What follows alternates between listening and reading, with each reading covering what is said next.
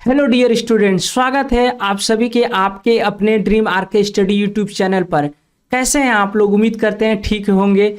चलिए आज हम लोग group D NTPC series number 5 कर रहे हैं, जिसमें हम लोग आरपीएफ एसआई कांस्टेबल 2025 में जो एग्जाम हुआ है अधिक क्वेश्चन वहीं से लिया गया है और एक बहुत सा शानदार सेशन जो आप लोगों के साथ एक गजब सा सेशन आप लोगों के लिए हम डिस्कस करने वाले हैं। आपके साथ एक पूरी शिफ्ट मैंने आपको लगातार करवा ही रहा हूँ, आगे करवाता ही रहूँगा। ये सब डिस्कस कर ही रहा हूँ। ये आपकी एग्जाम ओरिएंटेड अप्रोच के हिसाब से बहुत ज़्यादा ज़रूरी है। चलिए सवाल की ओर हम चलते हैं। पहले सवाल की ओर चलिए। पहला सवाल ये रहा। पहला सवाल क्या है? पहला सवाल है निम्नलिखित में से x का मान ज्ञात कीजिए। ये तो काफ़ी सिंपल सवाल है जो सिंप्लीफिकेशन का है। चलिए करते हैं।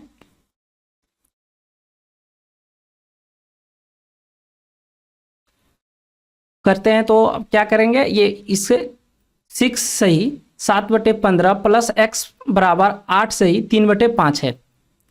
तो 15 छके 90 और 7 कितना हुआ? 97।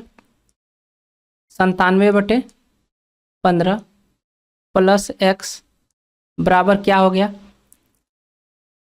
5 8 40 और 3 43/5। तो x बराबर क्या निकल गया? 43/5 और घटेगा 57/15। x का ही मान निकालना है तो x का मान ये 43/5 में 97/15 घटेगा। तो यहाँ अंश जो है दोनों का अलग है, तो हम अंश को बराबर कर लेते हैं, यानी नीचे 3 से गुना कर लेते हैं, ऊपर भी 3 से गुना कर लेंगे। नीचे 3 से गुना करेंगे तो क्या हो जाएगा? 15 हो जाएगा, यानी इसके बराबर 15। जब ऊपर 43 गुना 3 करेंगे तो क्या हो जाएगा? 129। तो इसके बराबर 129। तो x बराबर क्या निकल गया? 129 में 97 घटेगा तो क्या बचेगा? ये 2 बचेगा और ये 3, यानी कि 32 बचेगा। 32 में 15 से भाग देंगे तो क्या होगा? 2 सही 2/15।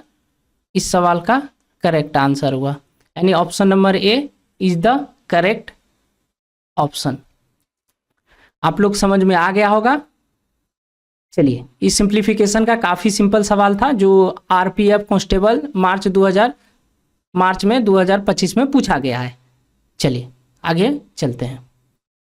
दूसरा नंबर सवाल है कि अनुक्रम ए बी 6:8 है और B/C 7:10 है। ABC का मान ज्ञात कीजिए और ऑप्शन भी दिया हुआ है। देखिए इस सवाल को करने से पहले एक हम लोग क्या करेंगे, ऑप्शन के हिसाब से देखेंगे। ऑप्शन के हिसाब से देखने से पहले तो ए और बी यहाँ क्या है, इसको भी एक सिंपल रेशियो में कन्वर्ट कर लेते हैं। जब सिंपल रेशियो में कन्वर्ट करेंगे तो 3:4 में हो जाएगा। तो और यहाँ ए और बी का ही वैल्यू, अगर ये ए है, बी है, ये सी है, तो ए और बी 3:4 है, तो ये 23 और 32 कभी 3:4 बनेगा? यानी कि ये भी नहीं हो सकता है। ये 21 और 23 कभी भी 3:4 बनेगा? नहीं बनेगा, क्योंकि ये एक क्या है? प्राइम नंबर है। अच्छा, अब 21 और 28 क्या बनेगा? तो 7 से काटेंगे, ये 3 बार में, ये 4 बार में, ये हो सकता है। अच्छा, ये होगा? नहीं, ये भी नहीं हो सकता। यानी कि ऑप्शन नंबर सी इस सवाल का करेक्ट आंसर हो जाएगा। ये ऑप्शन यानी ऑप्शन मेथड लगाकर आप कर सकते हैं। अच्छा, कंसेप्ट से कैसे करेंगे? कंसेप्ट से चलिए देखते हैं। ए और बी कितना हो गया? ए और बी 3:4 ही ले लेते हैं, ठीक। और B/C क्या हो गया? 7:10 हो गया। 7:10 हो गया। तो ए, बी और सी का ही मान पूछा है, तो एक बार सीधा सीधी गुना करो। तो एक बार सीधा सीधी गुना, फिर तिरछा गुना और फिर सीधा सीधी गुना। तो जब सीधा सीधी गुना करेंगे तो स्ट्रेट गुना करेंगे तो क्या होगा? 21 होगा। और जब क्रॉस गुना करेंगे तो क्या होगा? 7 चौके 28 होगा, ये 28 हो जाएगा। और 4 गुना 10 करेंगे क्या होगा? ये 40 हो जाएगा। यही सवाल का आंसर हो जाएगा। इस सबको हम मिटा देते हैं, अच्छा नहीं लग रहा है देखने में, ठीक। यानी कि ऑप्शन नंबर सी ABC का रेशियो क्या हो गया? 21:28:40। इस सवाल का correct answer option number C हुआ। चलिए क्वेश्चन नंबर 3 की ओर चलते हैं। क्वेश्चन नंबर 3 ये रहा ये आरपीएफ मार्च 2025 में ये भी सवाल पूछा गया है। ध्यान से पढ़िए और सवाल को कीजिए, काफ़ी सिंपल सवाल है, आराम से कर सकते हैं। अगर सवाल को ढंग से पढ़ लेते हैं तो कोई बड़ी सवाल है नहीं, कुछ बड़ा चीज़ है नहीं। चलिए देखिए सवाल को पढ़ते हैं हम कि 5 संख्याओं का योगफल 655 है। पहली दो संख्याओं का औसत 77 है और तीसरी संख्याएं 128 है, तो शेष दो संख्याओं का औसत क्या है। 5 संख्याएं हैं जिसमें पहली दो संख्याओं का औसत बता रखा है और फिर तीसरी संख्या बता रखा है और फिर बोल रहा है शेष दो संख्याओं का औसत बताना है। तो निकालेंगे तो हमको पता है कि जब पहला संख्या, दूसरा संख्या, तीसरा संख्या और चौथा संख्या और ये 5वां संख्या, ठीक है, ये संख्या ले लिए तो ये कितना है 655 है, 655 है। और क्या बोला पहली दो संख्याओं का, ये पहले दो संख्याओं का क्या बोल दिए कि इसका दिया हुआ है एवरेज, एवरेज दिया हुआ है तो सम कितना हो जाएगा, दोगुना हो जाएगा। और तीसरी संख्या कितना दिया हुआ है 128 और चौथी और पांचवी तो निकालना ही है 655, तो चौथी और पांचवी 655 में घट जाएगा कितना, 655 में ये दोनों जुट कर यानी 154 में 128 जोड़ेंगे तो ये कितना हो जाएगा, ये 2 और ये 8 और ये 2, यानी 655 में 282 घटेगा तो ये 3 बचा, ये 7 बचा और ये 373 बचा। 373 क्या बचा, ये बचा चौथी और पांचवी संख्याओं का सम बचा। लेकिन हमसे पूछा क्या गया, हमसे पूछा गया है एवरेज क्या है, औसत क्या है। तो औसत निकालने के लिए हमको क्या करना होगा, 373 में 2 से भाग देना होगा। 2 से भाग देंगे तो ये कितने बार में जाएगा, 2 से भाग देंगे तो ये 18 दूना 36 और फिर 6 बार में जाएगा, यानी 186.5। इस सवाल का correct answer option number A हो जाएगा। समझ में आ गया होगा। चलते हैं नेक्स्ट क्वेश्चन की ओर। नेक्स्ट क्वेश्चन क्या कर रहा है, चौथा नंबर सवाल है के किस मान का समीकरण के एक्स माइनस 5y प्लस 7 बराबर 0 है। तो और फिर बोला है 7x माइनस 21y माइनस 19 बराबर 0 है। वॉल्यूम लाइन 41 कौन सा हल होगा। थोड़ा सा कुछ सवाल में ये पूछा है, ये नहीं होगा, यहाँ पर कोई हल होगा, ये नहीं होगा, ठीक, कोई हल नहीं है, ये है कोई हल नहीं है सवाल में। के किस मान के लिए समीकरण, ये है पहला है, ये दूसरा, कोई हल नहीं है, कोई हल नहीं है तो क्या करना होगा, a1 बटे a2 बराबर b1 बटे b2, यही होता है। तो a1 का मान कितना है के, चिन्ह सहित लिखेंगे तो, और चिन्ह तो यहाँ इसके आगे प्लस का ही है, और फिर इधर a2 का मान कितना है 7, ठीक, और फिर b1 का मान कितना है माइनस का 15 और b2 का मान कितना है माइनस का 21, चिन्ह सहित लिख रहे हैं। तो के का मान यहाँ से निकाल लेंगे, कितना हो गया -3, माइनस माइनस खत्म, ये 5 हो गया। के का मान कितना निकल गया 5, और के का मान ही पूछ रहा था। इस सवाल का correct answer option number D हो गया। समझ में आ गया होगा। चलते हैं नेक्स्ट क्वेश्चन की ओर। क्वेश्चन नंबर 5 है, सूजी ने एक ड्रेस पर क्रय मूल्य से 50% अधिक मूल्य अंकित किया। यदि वह अंकित मूल्य पर 30% का छूट देती है और ग्राहक 5250 का भुगतान करता है तो क्रय मूल्य ज्ञात कीजिए। सूजी नाम के एक व्यक्ति है जो क्रय मूल्य से 50% अधिक अंकित करता है। मान लेते हैं क्रय मूल्य कितना है, क्रय मूल्य मान लेते हैं 100 रहा होगा, ठीक है, और जो वो अंकित किया वस्तु का मूल्य वो कितना अंकित किया 50% अधिक का मतलब हो गया 150%, क्योंकि हम जो सीपी माने वो 100 माने हैं, उसमें 50% क्या बोल रहा है अधिक किया, तो अधिक यानी कितना 100 का 50% यानी कि 150% हो गया, और वो 30% के अंकित मूल्य पर छूट दे दिया। तो इस पर जब 30% का छूट का मतलब क्या हुआ, 30% का मतलब हो गया 45 का छूट मिलेगा तो कितना हो जाएगा 105 हो जाएगा, ठीक है। और वह ग्राहक को 5250 रुपये भुगतान किया, यानी कि 5250 जो है वह 105 के बराबर है। तो पूछा है क्रय मूल्य कितना क्या होगा, तो क्रय मूल्य 100 है, हम सवाल के हिसाब से तो 100 से गुना कर देंगे, तो 105 और ये कितने बार में जाएगा, 20 बार में, और ये 21 बार में, 21 से ये कितने बार में जाएगा, ये 2 बार में जाएगा, ये 5 बार में, और ये 250। तो CP का मान कितना हो जाएगा, 250 गुना 20 करेंगे कितना हो जाएगा, 5000। इस सवाल का करेक्ट आंसर हो जाएगा ऑप्शन नंबर बी। समझ में आ गया होगा, नहीं समझ में आ रहा है तो फिर से समझा रहे हैं, समझिए। बोला गया सूजी ने एक ड्रेस को क्रयमूल्य से 50% अधिक अंकित किया, यानी कि CP अगर 100 है तो उससे MP जो है वो 50% अधिक अंकित किया तो 150 हो गया। फिर बोला गया कि वो अंकित मूल्य पर 30% का छूट दिया, तो अंकित मूल्य पर जब 30% का छूट देगा तो अंकित मूल्य ये है, इस पर 30% का छूट का मतलब हो गया 45। अब इसका 30% निकालने के लिए आप लोगों को आना चाहिए, कैसे निकालते हैं 30%, तो ऐसे निकाल लीजिए 30/100, इसका 30%, 0 से 0, 0 से 0, तो कितना हो गया 15 तिया 45, तो यही 45 इसमें घट जाएगा।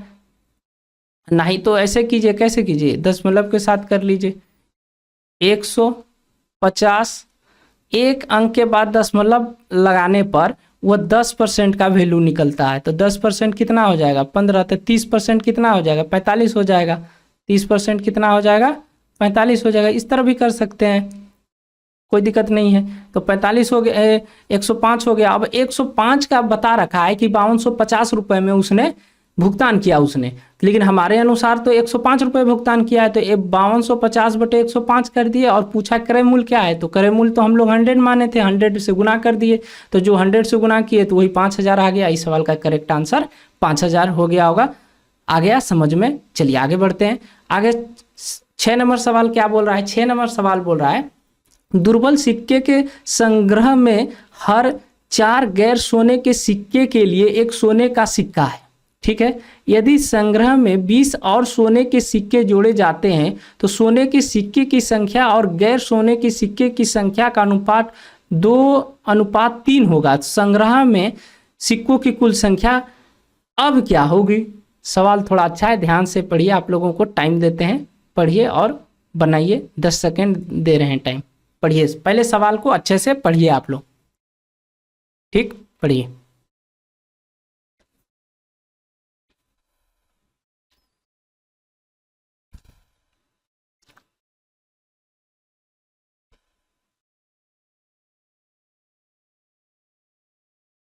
चलिए, बोला गया है कि दुर्बल सिक्के के संग्रहालय में हर 4 गैर सोने के सिक्के के लिए सोने एक सिक्के हैं, गोल्ड, और गैर सोने बोला गया कि एक सोने के सिक्के के बदले 4 गैर सोने के सिक्के हैं। तो एक सोने के सिक्के हैं तो 4 गैर सोने के सिक्के हैं। फिर बोला गया है संग्रहालय में 20 सोने के सिक्के को जोड़ा जाता है, सोने के सिक्के को जोड़ा जाता है, जिससे अनुपात जो है होता है वो सोने के सिक्के की संख्या और गैर सोने के सिक्के की संख्या का अनुपात कितना हो जाता है, 2:3 हो जाता है। यानी कि इसमें जुट रहा है, क्या जुट रहा है, सोने के सिक्के जुट रहा है, तो गैर सोने के सिक्के तो नहीं जोड़ रहे हैं हम लोग, तो नहीं जोड़ रहे हैं तो ये दोनों वैल्यू बराबर क्यों नहीं है, अलग अलग है। तो इसको बराबर करने के लिए क्या करना होगा, नीचे ऊपर 3 से गुना, नीचे 4 से गुना। जब ऊपर 3 से गुना कर रहे हैं तो पूरी संख्या में 3 से गुना हो जाएगी, 3 से गुना करेंगे तो 3 और 12 हो गया, और इधर गुना करेंगे तो क्या हो गया, 8 और 12 हो गया। गैर सोने के सिक्का बराबर हो गया। अच्छा, तो अब कितना यूनिट एक सोने की सिक्का बढ़ा, तो यहाँ पर बढ़ गया आपका 5 बढ़ा, तो 5 यूनिट में ले लेते हैं। 5 यूनिट बराबर कितना हो गया, 20 हो गया। तो ये 1 यूनिट बराबर कितना हो गया, 1 यूनिट बराबर हो गया 4 हो गया। तो हमसे पूछा संग्रहालय में सिक्कों की कुल संख्या अब कितनी है, अब यानी कि अब पूछा गया है, पहले नहीं अब कितना है, 20 है, तो 20 यूनिट बराबर पूछा जा रहा है। 20 यूनिट बराबर कितना हो जाएगा, 80, यानी कि अब 80 सिक्के की संख्या संग्रहालय में रखा हुआ है। ऑप्शन नंबर ए सवाल का करेक्ट आंसर हो जाएगा। चलिए आगे बढ़ते हैं। सवाल नंबर 7, चलिए कीजिए। आप लोग भी सवाल को कीजिए, वीडियो को रोककर सवाल को पहले कर लिया कीजिए, फिर सवाल सॉल्यूशन देखिए। और अगर कभी समझ में ना भी आए तो हमें कमेंट बॉक्स में कमेंट कर दिया कीजिए कि इस पॉइंट पर समझ में नहीं आया, ताकि हम नेक्स्ट बार उस क्वेश्चन को फिर से ले लेंगे, ताकि आप लोगों को क्लियर से समझ में आ जाए। समझ में आ गया? चलिए सवाल को करते हैं। जितेंद्र और कमल किसी निश्चित कार्य को 7 और 16 दिनों में पूरा कर सकते हैं। उन्होंने एक साथ कार्य करना शुरू किया और 2 दिन बाद कमल ने कार्य छोड़ दिया, तो जितेंद्र शेष कार्य को कितने दिनों में पूरा करेगा? चलिए करते हैं। जितेंद्र जो है इस काम को 7 दिन में कर रहा है, कर पाएगा, और कमल जो है उसी काम को 16 दिन में कर पाएगा। तो दोनों का एलसीएम कितना हो जाएगा? 112 हो जाएगा। ये 16 बार में गया और ये 7 बार में गया। उन्होंने मिलकर काम को शुरू किया और 2 दिन बाद कमल छोड़ दिया। 2 दिन तक दोनों साथ काम किया, तो एक दिन में काम कितना करेगा? एक दिन में ये दोनों काम करेगा, ये 16 और एक 7 यानी कि 23 काम करेगा। तो 2 दिन तक कितना काम करेगा? 2 दिन तक 23 गुना 2 46 काम करेगा। तो इसके डायरेक्ट हम यहाँ क्या करते हैं, 46 लिख देते हैं। तो 112 में 46 घटेगा तो कितना बचेगा? यहाँ 6 बचा और यहाँ भी 6, 66 काम बचा। ये 66 काम क्या है? ये शेष काम है, शेष काम है, शेष काम है 66। तो अब क्या हुआ? कमल काम छोड़ दिया, कमल काम छोड़ दिया, कमल काम छोड़कर चला गया। तो अब कौन करेगा काम? जो बचा हुआ है जितेंद्र काम करेगा। तो जितेंद्र का इस इफिशियंसी कितना है? तो 16 की इफिशियंसी से जितेंद्र करेगा, इसमें भाग दे देंगे 16 से, तो कंप्लीट तो जाएगा नहीं, तो 2 से दे देते हैं। 3 बार में गया और नीचे 8 बार में गया, यानी 33/8 ही सवाल का करेक्ट आंसर होगा। लेकिन ऐसा तो कहीं दिख नहीं रहा है, तो क्या करते हैं, 8 है ना, तो 8 सत्ते 56, 7 21, यानी ऑप्शन नंबर ये हो जाएगा डी। देख लीजिए, इसमें काट दीजिएगा। अगर 7 से काट देते हैं, 7 से काटेंगे तो ध्यान से देखिएगा, 7 से काटेंगे तो यहाँ क्या होगा? यहाँ होगा 8 और यहाँ 33 होगा। यही सवाल का correct answer option number D हो जाएगा। समझ में आ गया होगा आप लोगों को। थोड़ा सा क्या किया है, एग्जामिनर ऑप्शन को चेंज करने की कोशिश और सिंपल फॉर्म में ऑप्शन को नहीं रखा है। ठीक है, सिंपल फॉर्म में ऑप्शन को नहीं रखा है। ऑप्शन को आपको काटना होगा और उस फॉर्म में लाना होगा जिस फॉर्म में आपका आंसर निकला है। चलिए आगे बढ़ते हैं। क्वेश्चन नंबर 8, क्वेश्चन नंबर 8 कीजिए आप लोग। क्वेश्चन नंबर 8 बोल रहा है, किस कोण का चाप किसी लंबाई वृत्त की परिधि की आधी होगी? देखिए, अगर आप लोग डायरेक्ट कीजिएगा तो मान लीजिए एक वृत्त है और इसका एक क्या है, परिधि का आधा है। आधा पर कितना डिग्री का एंगल बनेगा? तो इस पर बनेगा, हमको पता है कि त्रिभुज का तीनों कोण का योग त्रिभुज कहते हैं। वृत्त के केंद्र पर बना हुआ कोण एक 360 होता है और उसके आधे पर कितना, 180 डिग्री का हो जाएगा। तो ये डायरेक्ट इस सवाल का आंसर 180 डिग्री हो जाएगा। या आप ये फॉर्मूला के हिसाब से कीजिएगा तो चाप की लंबाई L बराबर क्या होता है, θ/60 होता है। तो L कितना है? L बोला है आधा, 1/2 यानी 1/2 थीटा बटे कितना हो गया, 360। तो थीटा बराबर क्या हो गया, 180 डिग्री हो गया। यही सवाल का आंसर हो गया। ये 180 बार में कट जाएगा। चलिए, इसमें तो कुछ था नहीं। सवाल नंबर 9 चलिए कीजिए, आप लोग कीजिए। जब एक पोर्टेबल हार्ड डिस्क की कीमत 24% कम हो जाती है, इसकी बिक्री 35% बढ़ जाती है, तो कुल संपत्ति में नेट प्रतिशत परिवर्तन ज्ञात कीजिए। बनाइए, आप लोग बनाइए।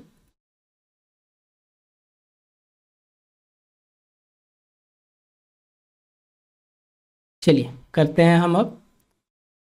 24% का क्या हो रहा है, कमी हो रहा है। फिर क्या बोला, 35% का वृद्धि हो रहा है, -24 गुना 35/100। यहाँ क्या हो जाएगा, 11 हो जाएगा।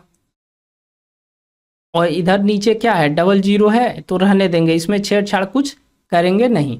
तो 24 पंचे कितना हो गया, 120 हो गया। हाथ में कितना रहा, 12, और 24 तिया 72, और 12 कितना हो गया, 84। इधर डबल जीरो है तो ऊपर जाकर 0.2 अंक के बाद लग जाएगा। तो 11 में 8.40 घटेगा तो कितना बचेगा, 2.6% का क्या हुआ, वृद्धि हुआ, प्रॉफिट हुआ, क्योंकि प्लस में आंसर आ रहा है। 2.6 इस सवाल का करेक्ट आंसर हो गया। चलिए आगे बढ़ते हैं, समझ में आ रही होगी। चलिए आगे बढ़ते हैं। सवाल नंबर 10, दुकानदार 44.8 प्रति किलोग्राम की दर से चीनी बेचता है, ठीक है। उसे 12% का लाभ होता है। पानी के रिसाव के कारण चीनी का 1/5वां हिस्सा खराब हो जाता है। तो 5% का लाभ कमाने के लिए शेष चीनी का प्रति किलोग्राम बिक्री मूल्य क्या होनी चाहिए। चलिए बनाइए आप लोग।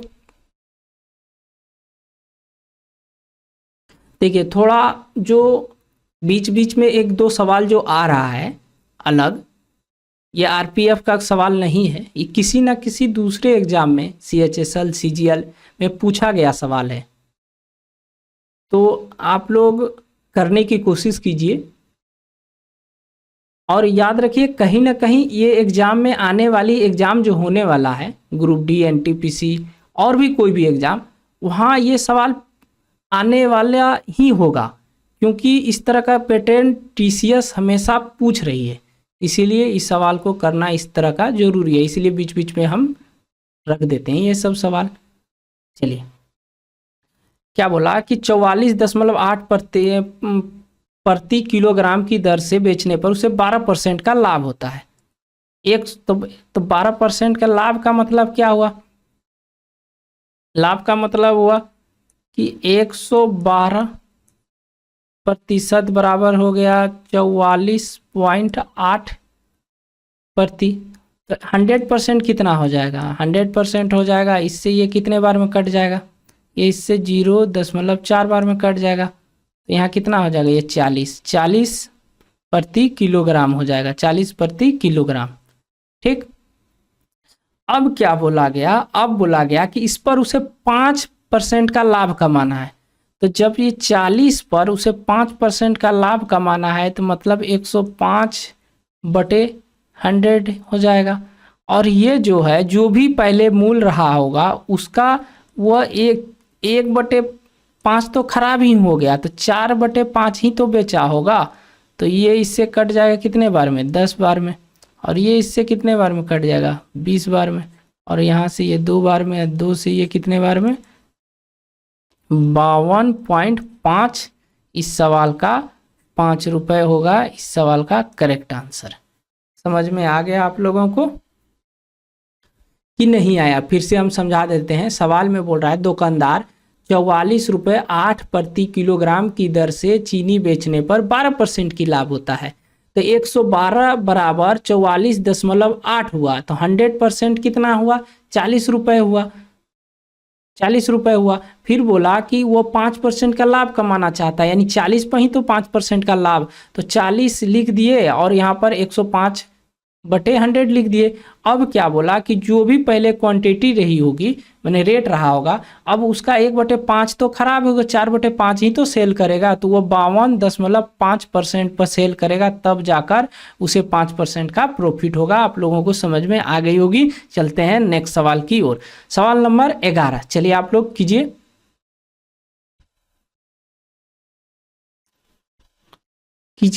देखिए सवाल को आराम से पहले देखिए, फिर उसको पढ़िए, क्योंकि अभी घर में हम लोग सॉल्व कर रहे हैं। ये एग्जाम में जब बैठेंगे तो एग्जाम में सवाल को विदिन 1 मिनट के अंदर ही सॉल्व करने की कोशिश करेंगे। ऐसे तो बहुत ऐसे सवाल होगी जो विद इन आप लोगों को 10 सेकंड में करना है, लेकिन कोई ऐसा सवाल है जो 2 मिनट भी लेगा, 3 मिनट भी लेगा। तो जो 10 सेकंड में जो सवाल हुआ है उसका जो 50 सेकंड बचा है वो उस सवाल में लग जाएगा। ठीक है, समझ में आ रही है ना। चलिए ये देखिए, सोवारा एक फाइनेंस कंपनी के वार्षिक रूप से चक्रवृद्धि होने वाली 12% वार्षिक ब्याज पर 3 वर्षों के लिए 75,000 जमा करती है। 3 वर्ष बाद सोवारा को कितना चक्रवृद्धि ब्याज प्राप्त होगा। देखिए इस तरह का सवाल के लिए हम पहले भी बताएं कि अगर कभी भी 2 वर्ष, 3 वर्ष और 4 वर्ष दिया हो तो एक कंसेप्ट हम बताए थे। क्या कंसेप्ट बताए थे कि 2 वर्ष के लिए 2-1 2-1 और 3 वर्ष के लिए 3-3-1। ठीक, ये याद रखना होगा तभी आप लोग कर पाइएगा ये कंसेप्ट से। और 4 वर्ष के लिए 4-6-4-1। तो अभी क्या है, अभी 3 वर्ष है, 3 वर्ष के लिए ये कंसेप्ट यूज करेंगे। तो ये कंसेप्ट क्या बोलता है, 3-3-1 3-3-1। ठीक, अब ये क्या है, 7500 क्या है, इसका मूलधन है, इसको मिटा देते हैं, इसको मिटा देते हैं। ठीक है, 7500 तो मूलधन है। अब मूलधन का 7500, मूलधन जो है वो 7500 है। ठीक है, 7500 है। अब इसका 12% यहाँ लिखना है, तो 12% इसका कितना हो जाएगा, तो इसका पहले 1% कितना होगा, 750 होगा। तो इसका 12 से इसमें गुना कर देंगे, 12% निकल जाएगा। तो गुना करेंगे तो 0 का 0, 12 पंचे 60 और 6 12 सत्ते 84 और 6 कितना हुआ, 90। तो यहाँ कितना हो गया, 900 हो गया। अब इसका 12% निकालेंगे तो क्या होगा, 12 9 108 यानी 1080। अब इसका 12% निकालेंगे तो कितना होगा, इसका 12% 12.96 होगा। ठीक है, अब इसको गुना कर देंगे, क्या 9 27,000 और इसको गुना करेंगे क्या होगा, 0 8 24 और 3 और इसको करेंगे तो 12.96। तो 96 और इधर 2 5 2 30,252 रुपया 96 पैसा उसको ब्याज मिल जाएगा। जब 12% के दर से 3 वर्ष बाद उसको 30,252 रुपया 96 ब्याज मिल जाएगा। ऑप्शन में है ऐसा कहीं, ऑप्शन में ऐसा कहीं नहीं दिख रहा है। कहीं ना कहीं हम लोग से कुछ गलती हुई है क्या। 12 8 96, 12 का 12, 12 9 108। ठीक है, 96 तो ऐसा है नहीं, कहाँ मिस्टेक हो रहा है।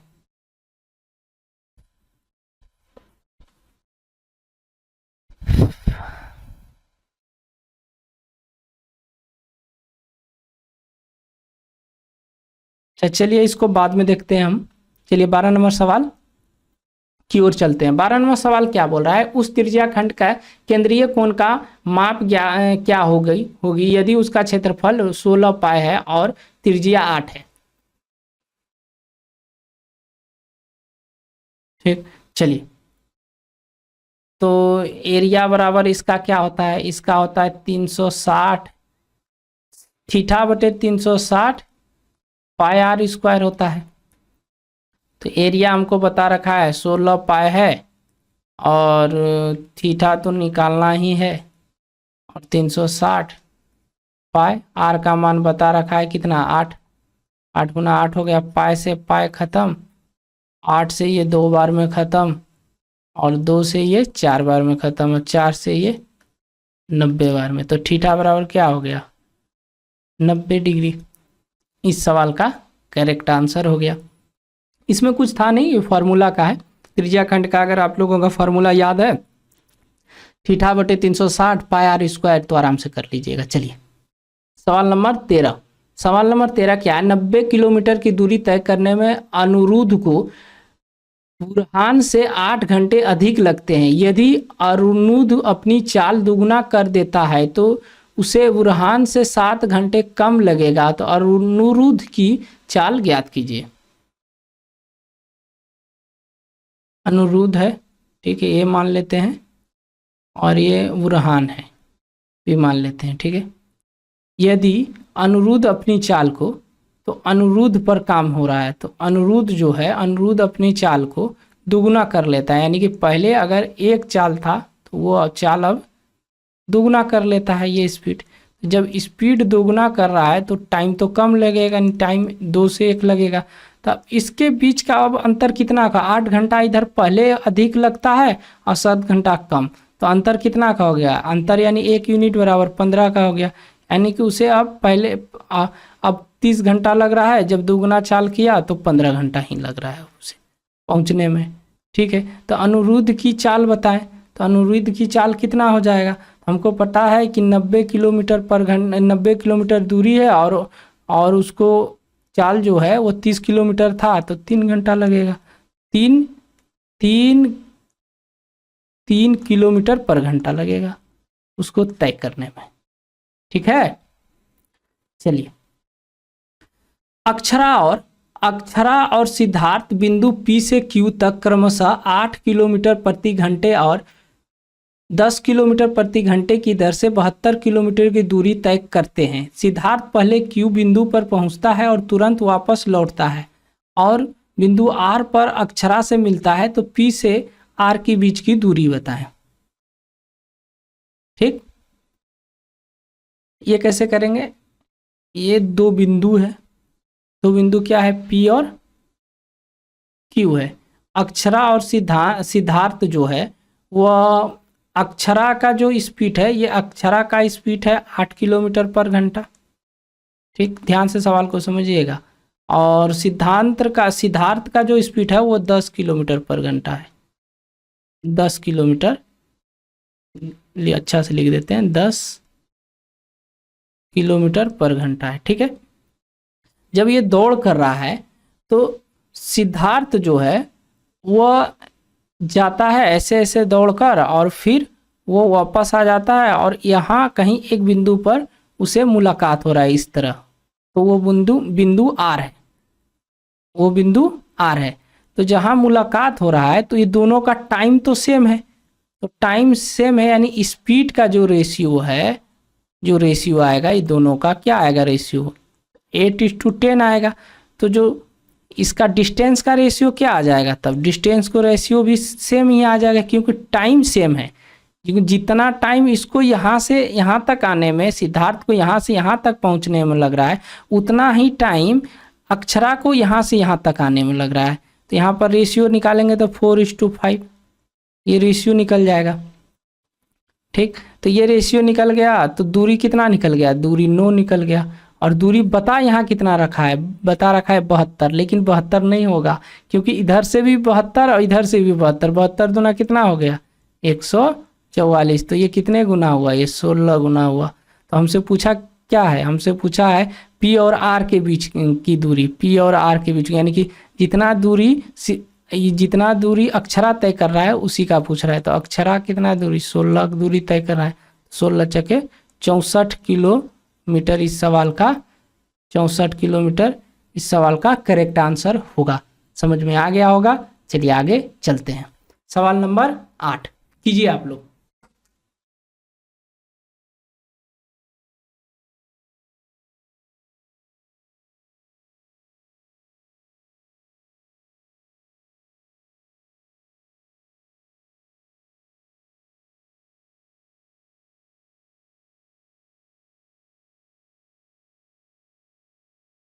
आठ संख्याओं का योगफल 900 है, तो उसका औसत क्या है, ठीक। तो 8 संख्याओं का जब हमको पता है कि योगफल 900 है, तो औसत पूछने के लिए हमको क्या करना, औसत निकालने के लिए जितना संख्या है उससे भाग कर देना होता है, तो औसत निकल जाता है। तो इसको इससे में भाग देंगे तो ये एक बार में गया, और बच गया क्या 10, फिर 10 में एक बार में जाएगा, बच गया क्या 2, तो 2 20 हो गया, 20 को कितने बार में, 2 बार में, फिर कितने बार में, 5 बार में, यानी 112.5 इस सवाल का करेक्ट आंसर होगा। ये तो काफ़ी सिंपल सवाल था जो एवरेज से आया था, ये आराम से आप लोग कर सकते हैं, इसमें कोई झोल झाल नहीं है। ठीक है, आगे बढ़ते हैं। देखिए, मेहनत तो करना होगा, बिना मेहनत का कुछ नहीं होगा। जब तक मेहनत नहीं कीजिएगा तो सवाल को स्पीड के साथ नहीं कर पाइएगा। ठीक है, एक बेलनाकार बर्तन के आधार की परिधि 44 सेंटीमीटर है, तो इसकी ऊंचाई 25 सेंटीमीटर है। इनमें से कितने लीटर पानी आ सकता है? इनमें होगा, इनमें कितने लीटर पानी आ सकता है। ठीक है, तो परिधि कितना बता रखा है? परिधि जो है वो है पाई आर बराबर कितना है? 44। तो आर बराबर कितना हो गया? आर बराबर 7 हो गया। और ऊंचाई हमको पता है, ऊंचाई कितना हो गया? ऊंचाई 25 हो गया। तो इसका आयतन क्या हो जाएगा? आयतन का formula pi r square h होता है। ये 22/7, आर का वैल्यू कितना है? 7 गुना 7, एच का मान कितना है? 25। 7 से 7 खत्म, तो 7 से गुना करेंगे तो कितना होगा? 154 गुना 25। 25 से गुना करेंगे, 25 चौके 100, 25 पंचे 125 और 10 कितना? 35, 13 हो गया। 25 में 13 फिर करेंगे, 1 से गुना करेंगे, 25 साथ जोड़ेगा कितना होगा? ये हो गया 3850 हो गया।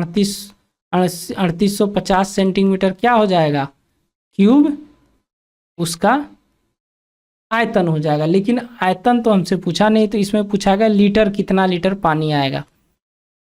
ठीक है, तो 1 लीटर बराबर जो होता है वह 1000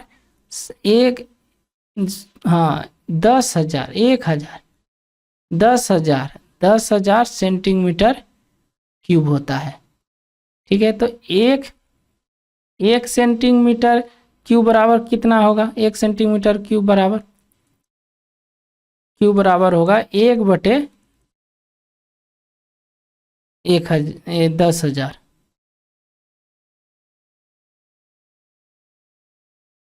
सॉरी, 1000 होगा, 10,000 नहीं, 1000। ठीक, 1000 लीटर होगा। तो जब हमको पता है कि 3850 सेंटीमीटर, तो यहाँ क्या हो जाएगा? 1000 से भाग लग जाएगा। जब 1000 से भाग लगेगा तो ये कितना हो जाएगा? 3.85 लीटर। इस सवाल का correct answer option number C हो जाएगा। समझ में आ गया होगा? चलिए आगे बढ़ते हैं। आगे भी 17 नंबर सवाल यही आ गया। चलिए 18 नंबर सवाल देखिए। 18 नंबर सवाल बोल रहा है, ए और बी एक टैंक को क्रमशः 15 घंटे 25 घंटे में भर सकते हैं, जबकि सी इसे पूरी तरह से 40 घंटे में खाली कर सकते हैं। तीनों पाइप एक साथ खोले जाते हैं, लेकिन पाइप ए 5 घंटे बाद बंद कर दिया जाता है। कितने घंटे बाद टैंक बचा हुआ हिस्सा भर जाएगा? ठीक है, आप लोगों को समझ में आ रहा है? ये टाइम एंड वर्क का सवाल है, काफ़ी ईजी सवाल है। थोड़ा सा सवाल को पेचीदा बनाने की कोशिश किया गया है, लेकिन आप लोग सवाल को ध्यान से पढ़िएगा तो आराम से कर पाइएगा। ठीक है, चलिए करते हैं। ए बराबर कितना है? 15 घंटे, और बी बराबर कितना है? 25 घंटे, और सी बराबर कितना है? 40 घंटे में खाली कर रहा है, इसलिए हम -40 लिख दिए ताकि हमें याद रहे। 15, 25 और 40 का एलसीएम क्या हो गया? 600 हो गया। 15 चौके 60, 25 से कितने बार में? ये 2 बार में, और ये 4 बार में, और ये कितने बार में? ये 15 बार में। ठीक है, तीनों को एक साथ खोला जाता है, लेकिन पाइप ए 5 घंटे बाद बंद कर दिया है। तीनों जब ये तीनों खुलेगा तो ये 40 भरेगा, ये 24 भरेगा, तो 40 और 24 कितना हो गया? 64 भरेगा, तो 15 खाली हो जाएगा। तो कितना? 49 ही भराएगा। ये कितने देर में भरा है? 5 घंटा तक इसी तरह चलेगा। 5 से गुना कर देते हैं तो कितना हो जाएगा? 245 लीटर भरा आ जाएगा। किस में? 600 में 245 लीटर भरा आ जाएगा, तो कितना बचेगा? 355 लीटर पानी भराना अभी टैंकी बाकी रह जाएगा। ठीक है, बोला फिर क्या बोला कि लेकिन ए को 5 घंटे बाद बंद कर दिया जाता है, यानी कि ए बंद हो गया 5 घंटे बाद। अब ये जो 355 बचा हुआ है अब बंद है। अब काम कौन कर रहा है? बी और सी कर रहा है। तो बी तो 24 भर रहा है, तो ये 15 खाली कर रहा है। तो भरा कितना रहा है? तो भरा जो रहा है वो 9 ही भरा रहा है। 355 भरने में 9 के स्पीड से उसे कितना लगेगा, 9 से भाग देंगे तो ये कितने, 9 27, 8 85, 9 9 81 और ये 4 यानी 49 सही 4/9 इस सवाल का करेक्ट आंसर हो जाएगा। ये घंटे में आएगा। 49 सही 4/9 इस सवाल का करेक्ट आंसर हो जाएगा। आप लोगों को समझ में आ रही होगी, ठीक है। चलिए 19 नंबर सवाल कीजिए। देखिए काफ़ी अच्छा सवाल है। अगर आप लोग ध्यान से पढ़कर सवाल को कीजिएगा तो सवाल बहुत अच्छा सवाल है। अगर सवाल कर लेते हैं, अगर 25 सवाल से अगर 25 में 20-22 कर ले रहे हैं तो आपकी तैयारी ठीक ठाक ही है। अगर आप इससे कम कर पा रहे हैं तो प्रैक्टिस कीजिए, अधिक सही होगा। क्या बोला, 840 की राशि को 3 व्यक्तियों के बीच 16, 6, 18 के अनुपात में विभाजित किया जाता है तो वितरण में सबसे बड़े और सबसे छोटे हिस्से के बीच का अंतर बताएं। 16, 6 और 18, ठीक है। सबसे बड़ा ही तो ये 18 हुआ और सबसे छोटा कौन हुआ, 6 हुआ। इस दोनों के बीच का अंतर कितना हुआ, 12 यूनिट।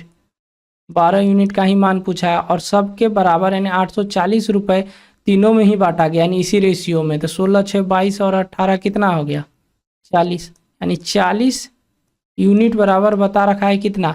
ये जो यूनिट इसलिए लिए क्योंकि जो ये 10 अनुपात में होने की वजह से यहाँ इकाई पता नहीं है क्या है, तो इसलिए यूनिट में हम ले लेते हैं। तो यहाँ 840 हो गया, तो 16 यूनिट बराबर निकालना है। 16 यूनिट बराबर क्यों निकालना है, क्योंकि हमसे बड़ा और सबसे छोटा के बीच का अंतर पूछा है। तो यही सबसे छोटा ये है, सबसे बड़ा ये है, दोनों के बीच का 12 है। तो यहाँ 12 होगा, यहाँ 12, तो 12 बराबर निकालना है। तो ये 840/40 गुना 12, ये कितने बार में जाएगा, ये 21 बार में जाएगा। तो 12 गुना 21 करेंगे तो 12 का पढ़ेंगे तो 12 गुना 24 है 252 इस सवाल का करेक्ट आंसर हो जाएगा। यानी कि 252 रुपये मिलेगा। किसको मिलेगा, दोनों के बीच का अंतर हो जाएगा, बड़ा और छोटा के बीच का अंतर हो जाएगा 252 रुपये, ठीक है। चलते हैं अगला सवाल में। अगला सवाल है, यदि y पर पावर q - 1 है तो x का व्यक्त मान पाती है तथा y बराबर 2 रखने पर x का मान 7 है तो y बराबर 6 पर रखने पर x का मान क्या है होगा। चलिए y पर पावर q - 1 का क्या है, व्यक्त क्रमांक पाती है यानी 1/x है, ठीक है। 1/x है, y पावर q - 1, तो ये व्यक्त क्रमांक का चिन्ह हटेगा तो k लिख देते हैं, कुछ भी लिख सकते हैं। तो ये k/x लिख देते हैं। तो y का मान तो हमको बता रखा है कितना, 2, यानी कि 2 का q - 1 बराबर k, और x का मान तो 7 बता रखा है। तो यहाँ से हम क्या करते हैं, यहाँ से k का मान निकाल लेते हैं। कैसे निकल जाएगा, यहाँ कितना हो जाएगा, ये 8 में 1 घटेगा तो 7 होगा, 7 गुना 7 कितना होगा, 49। तो अब फिर क्या बोला गया है कि अगर y का मान 6 है, अगर y का मान 6 रख देते हैं, 6 का q - 1 और k का मान कितना है, 49 है, और x के मान पूछा जा रहा है। तो ये 6 का q कितना होगा, 216, 216 में 1 घटेगा तो कितना, 215 बराबर ये कितना हो गया, 49/x। तो x बराबर क्या निकल गया, x बराबर हो गया 49/215 इस सवाल का correct answer option number A हो जाएगा। समझ में आ गया होगा। ये जो लिखे हैं ये जो लिखे हैं ये यहाँ से लिखे हैं, इसी कंसेप्ट से लिखे हैं। ये एक बार हमको बता रखा है, y और x का मान बता रखा है, जिससे हम k का मान प्राप्त कर लिए। जब k का मान प्राप्त हो गया तो यहाँ पर y का मान बता रखा है दूसरे में, तो यहाँ पर x का मान ज्ञात कर लिए। समझ में आ गया होगा। चलिए 21 नंबर सवाल बताते हैं। अजय को 40% वार्षिक चक्रवृद्धि ब्याज पर 3 वर्षों के लिए जेड उधार देने के बाद 41,160 रुपये प्राप्त हुआ तो जेड का मान ज्ञात कीजिए। देखिए सवाल में बोला जा रहा है कि जेड रुपये अमाउंट दिया गया और 3 वर्ष बाद 40% के हिसाब से उसे जो वापस हुआ वो 41,160 रुपये वापस किया गया। ठीक है, समझ में आया। तो इस तरह के सवाल करने के लिए हम लोग क्या करेंगे, ये 40% को पहले फ्रैक्शन में बदल लेते हैं। फ्रैक्शन में बदलेंगे तो ये कितना आएगा, 2/5 आएगा। 5 आएगा तो यहाँ पर एक प्रिंसिपल जो मान लेते हैं वो 125 मान लेते हैं। अच्छा, 125 ही क्यों माने, 125 इसलिए माने क्योंकि ये जो इसका वर्ष कितना दिया हुआ है, 3 वर्ष। और जो ये मानना, जो किस संख्या को मानेंगे, जो ये 40% का 2/5, ये नीचे वाले का अगर क्यूब कर दिए। क्यूब इसलिए किए, अगर यहाँ स्क्वायर रहता, 2 वर्ष का स्क्वायर रहता, 2 वर्ष रहता तो यहाँ स्क्वायर हो जाता। 3 वर्ष है तो 5 का क्यूब हो गया। अगर यहाँ 2 वर्ष रहता तो यहाँ 5 का स्क्वायर होता। ठीक है, समझ में आ रही है ना। अब यहाँ पर हम लोग क्या करेंगे, 3 वर्ष है तो 3 लगा देंगे। 3 लगाएंगे तो 2/5, इसका 2/5 कितना होगा, इसका 2/5 होगा का 50 होगा। और इसका 2/5 कितना होगा, 20 होगा। इसका 2/5 कितना होगा, 8 होगा। ये कितना हो गया, 150। और ये कितना हो गया, 60 हो गया। ये कितना हो गया, 8 होगा। तो 218 हो गया। 218 क्या हो गया, इसका CI हो गया। तो प्रिंसिपल कितना माने हैं, 125 और प्लस CI कितना, ब्याज कितना हो गया, 218 जोड़ देते हैं। ये कितना हो गया,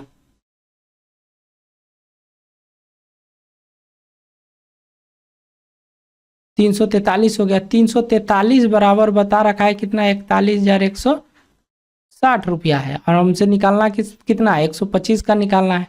41,160 भागा 343 गुना 125, ये कितने बार में जाएगा, ये एक बार में जाएगा। एक बार में जाएगा तो यहाँ कितना बचेगा, 11 में 3 जाएगा तो 8 बचेगा। और ये 6 बचेगा, फिर ये 6, तो ये 2 बार में चल गया। ठीक है, तो 125 गुना 12 करेंगे, 12 पंचे 60 के हाथ में 6 बार दूना 24 और 6 30 और 3 बच गया। और 12 का 12 और 3 15, यानी कि 15,000 इस सवाल का करेक्ट आंसर हो जाएगा। इनकी जेड जो अमाउंट दिया गया था वो 15,000 दिया गया था और 3 वर्ष बाद 40% के दर पर तो उसे रिटर्न करना पड़ा 41,160 रुपये। समझ में आ गया होगा। थोड़ा CI का अच्छा सवाल था और ये जो कंसेप्ट है 331 ये आप लोगों को समझ में आनी चाहिए। इससे अच्छा बेस्ट कोई कंसेप्ट नहीं है हमें जहाँ तक लग रहा है। ठीक है, हालिका देखिए सवाल, अभी इस सवाल को आप अलग अप्रोच से भी कर सकते हैं, लेकिन जैसे यहाँ पर ये जो फ्रैक्शन का वैल्यू 16.2/3% जैसे देगा तो उस समय ये चीज़ बेस्ट हो जाएगी। फिर आपको दूसरा कोई मेथड फिर करने में तकलीफ देने लगेगा। तो इसीलिए बोल रहे हैं कि इस तरीके से सीखिए ताकि कभी भी कोई भी सवाल करने में दिक्कत ना आए। चलिए 22 नंबर सवाल में क्या बोल रहा है। 22 नंबर सवाल, निम्नलिखित में कौन सा अनुपात सबसे छोटा है। सबसे छोटा बताना है, ये आप लोगों के लिए HW रहा। कमेंट बॉक्स में कमेंट करके बताना है आप लोगों का इसका आंसर क्या है, ABCD जो भी है वो बताना है आप लोगों को। ठीक है, 23 नंबर सवाल टाइम एंड वर्क से कीजिए। मनोज किसी कार्य को 8 घंटे में कर सकता है, आनंद उसी काम को 8 घंटे में कर सकता है। अनिल की सहायता से उन्होंने 2 घंटे में कार्य को पूरा किया। अनिल अकेले उस कार्य को कितने दिनों में, कितने घंटों में पूरा कर सकता है। ठीक है, मनोज किसी कार्य को 8 घंटे में कर सकता है। मनोज किसी कार्य को 8 घंटे में पूरा कर सकता है और आनंद उसी कार्य को भी 8 घंटे में कर सकता है। और अनिल का सहायता लिया, यानी कि मनोज प्लस अनिल आनंद और फिर अनिल का सहायता लिया गया और काम को 2 दिन में किया, 2 घंटे में किया गया। तो सब का एलसीएम कितना हो गया, 16 हो गया। तो ये 2 हो गया, ये 2 हो गया, ये 8 हो गया। तो ये 2 हो गया, ये 2 हो गया, तो अनिल कितना हो गया, अनिल 4 हो गया। तो अनिल अकेले इस कार्य को कितने दिनों में करेगा। तो हमको टोटल काम पता हो गया 16 है, अनिल का एफिशिएंसी पता हो गया कि 4 है, तो भाग दे देंगे कितने दिन लगेगा, 4 दिन लगेगा, यानी ऑप्शन नंबर ए।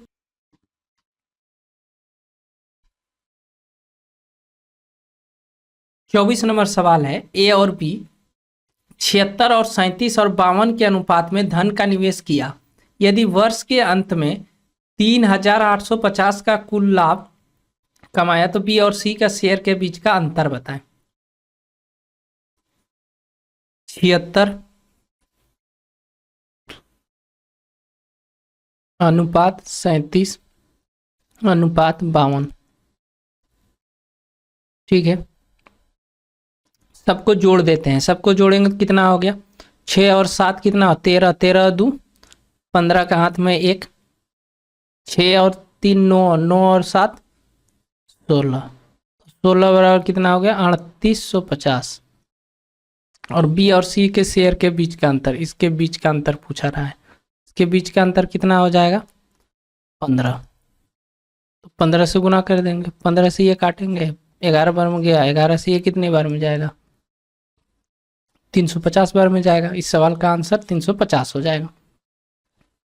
चलिए 25 नंबर सवाल कीजिए। 25 नंबर सवाल देखिए, यदि किसी संख्या के 25% को 60 में जोड़ा जाता है तो परिणाम स्वरूप समान संख्या प्राप्त होती है, उस संख्या का 80% ज्ञात कीजिए। संख्या मान लेते हैं कितना 100%, ठीक है, 100% संख्या मान लिए। अब इसका 25% तो 25 ही होगा, और उसमें क्या किया गया 60 जोड़ा गया, तो संख्या कितना प्राप्त हुआ 100% प्राप्त हो गया, ठीक है, यही बोला गया था।